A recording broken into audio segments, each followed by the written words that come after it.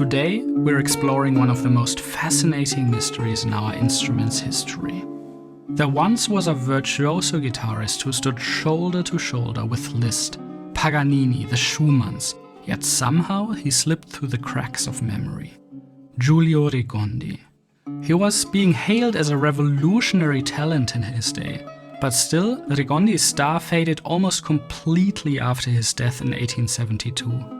His compositions were gathering dust in archives for over a century. It's only in the last few decades that musicians and researchers have begun to rediscover his extraordinary works. Today, pieces like his haunting Reverie and the formidable Introduction and Caprice have finally secured their places in the standard repertoire. Yet even now, with these works firmly established, Regondi remains underrated, a composer whose full genius we're still uncovering.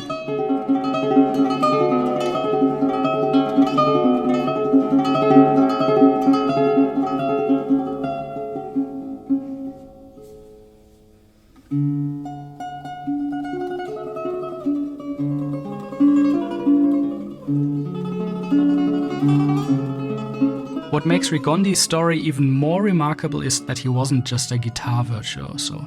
He simultaneously mastered and championed another instrument entirely, the English concertina, a hexagonal bellows-driven instrument that has since faded into obscurity. Think about that for a moment. Imagine if Segovia had simultaneously been the world's greatest accordion player, or if Bream had also revolutionized the harmonica. That's essentially what Regondi accomplished a century earlier.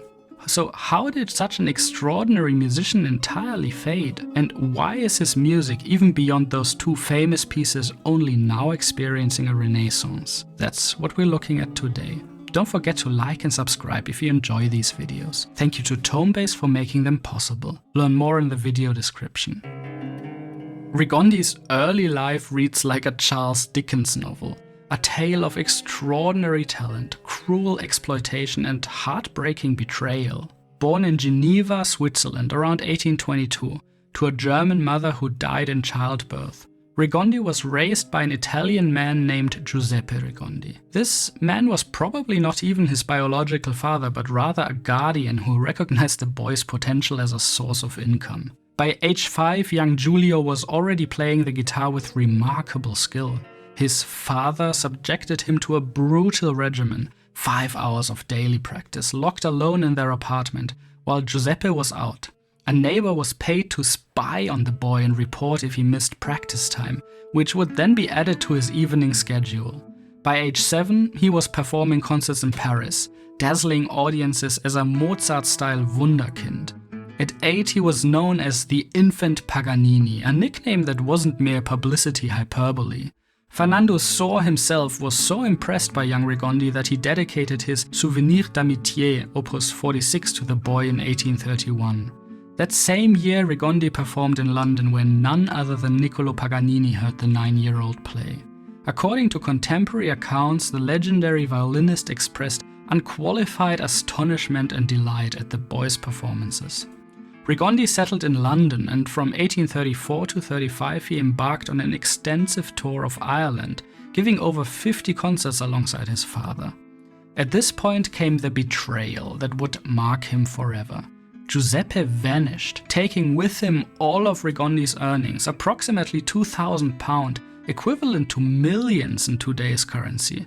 The 13-year-old was left penniless and alone in a foreign country. Despite this traumatic start, Regondi found the resilience to build an extraordinary career.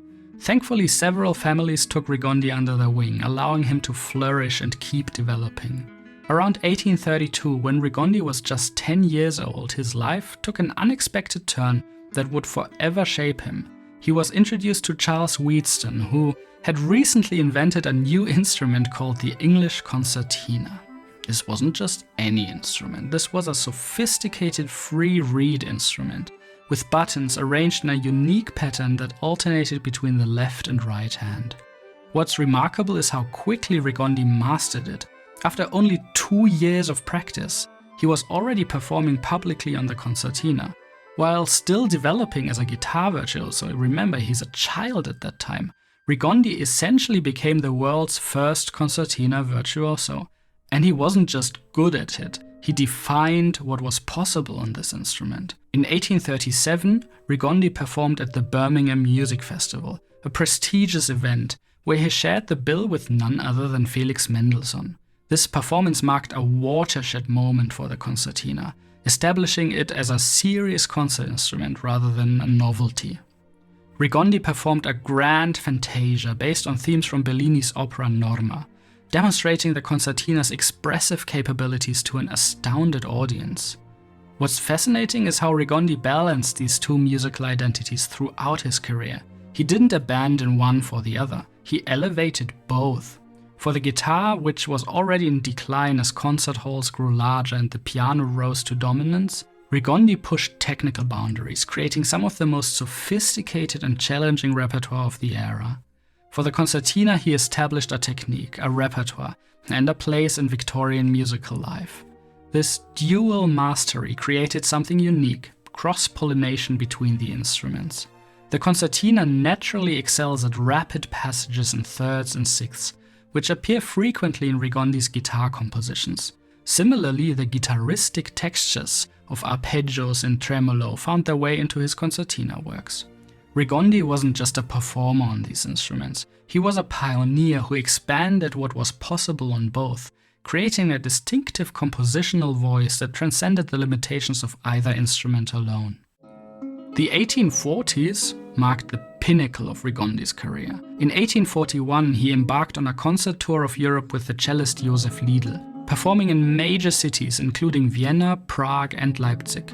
It was in Leipzig that one of the most significant concerts of Regondi's life took place. At the invitation of Clara Schumann, herself a legendary pianist, Regondi participated in a benefit concert alongside Clara and Robert Schumann. This wasn't just any concert, it featured the premiere of Robert Schumann's First Symphony, conducted by Felix Mendelssohn. Let that sink in. Regondi was considered worthy of sharing the stage for such a momentous musical event. This wasn't an isolated incident. Throughout his career, Regondi performed alongside the most celebrated musicians of his day, the soprano Maria Malibran, pianist-composers like Ignaz Moscheles and the great piano virtuoso Sigismund Thalberg. These weren't mere coincidences of scheduling. They reflect the genuine respect these legendary musicians had for Regondi's artistry. Despite the guitar's declining popularity during this period, Regondi maintained a rigorous concert schedule throughout the 1840s and 50s. What makes Regondi's music so compelling is that the virtuosity always serves a musical purpose. Unlike some showpieces of the era that prioritize flash over substance, Regondi's compositions are genuinely moving works of art. His Reverie Nocturne Opus 19 begins with a melancholic, harmonically rich introduction before unveiling a revolutionary extended tremolo section.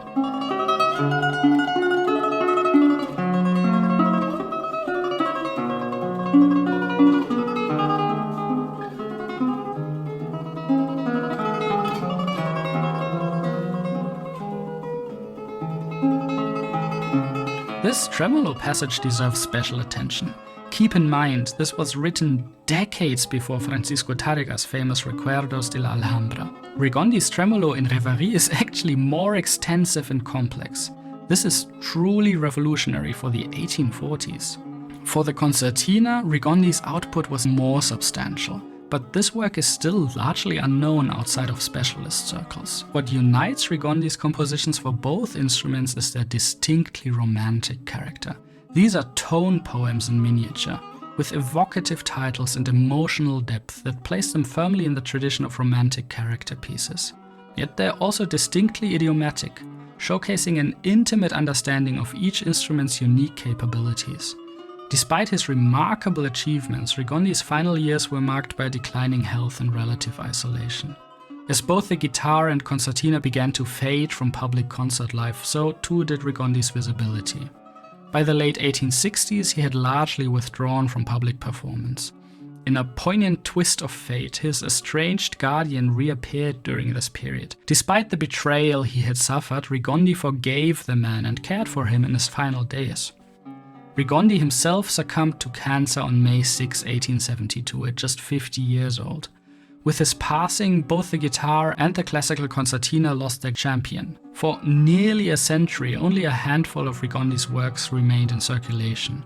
It wasn't until the 1980s that guitar scholars began to unearth his manuscripts in libraries and private collections.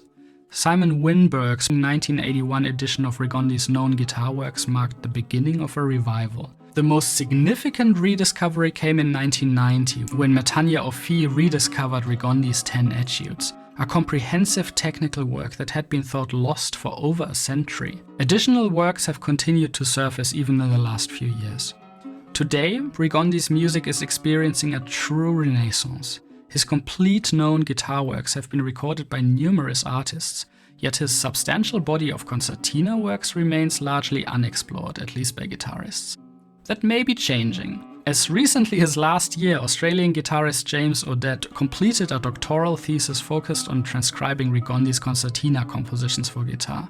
This challenging exercise could open an entirely new repertoire for guitarists, allowing us to experience the other half of Regondi's musical personality. They're definitely just as hard as his guitar compositions. How should we approach Regondi's music and performance today?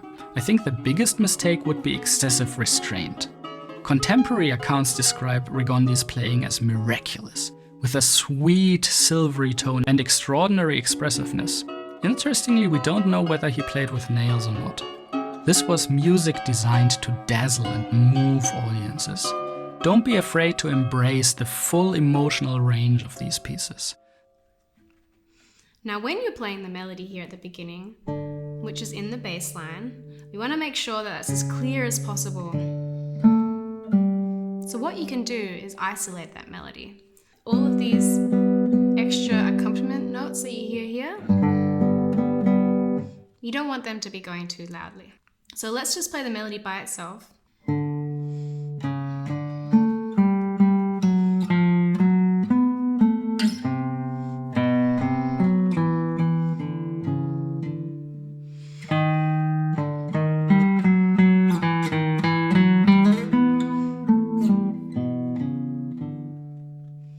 You may have noticed that I was doing these sort of leading notes, this tension and release in the melody line whenever there's a semitone that it goes up and resolves. So, like this one. Check out Tonebase Premium for an incredible treasure trove. If you get a guitar subscription now, you get access to hundreds of high-quality lessons, live streams, a vibrant community of fellow musicians, practice plans, and so much more. For example, a masterclass by Stephanie Jones on Regondi's Reverie. Check it out for a free 14-day trial. Link is in the video description. Regondi's contemporaries marveled at his ability to make the guitar sing like her voice, and modern performers should strive for the same quality. Technically, be prepared to stretch your left hand beyond what feels comfortable. Regondi's experience with the concertina, which can easily play widely spaced chords, likely influenced his guitar writing, leading to expansive voicings that create a rich harmonic palette. Pay particular attention to the balance between melody and accompaniment.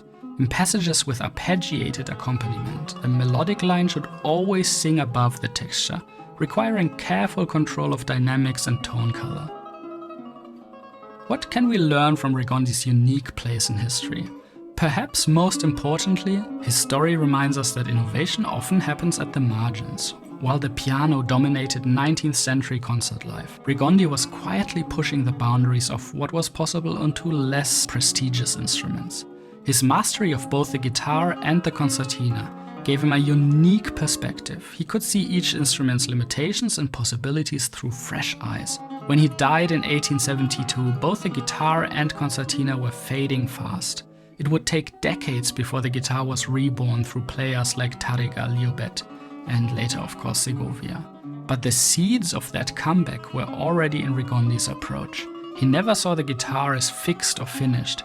He even tried an 8-string guitar to explore new sounds. And his mastery of 2 different instruments gave him insights most guitarists never had. That's always been the guitar's greatest power, its ability to adapt and evolve.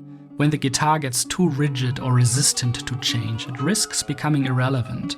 When it embraces new ideas, it thrives. Rediscovering players like Regondi reminds us this is nothing new. The greatest guitarists have always been the ones who pushed boundaries and reimagined what the instrument could be. If you enjoyed this exploration of Giulio Regondi, don't forget to subscribe to the channel for more deep dives into the fascinating world of classical guitar. I'm Jakob Schmidt for Tonebase. Thanks so much for watching and see you next time.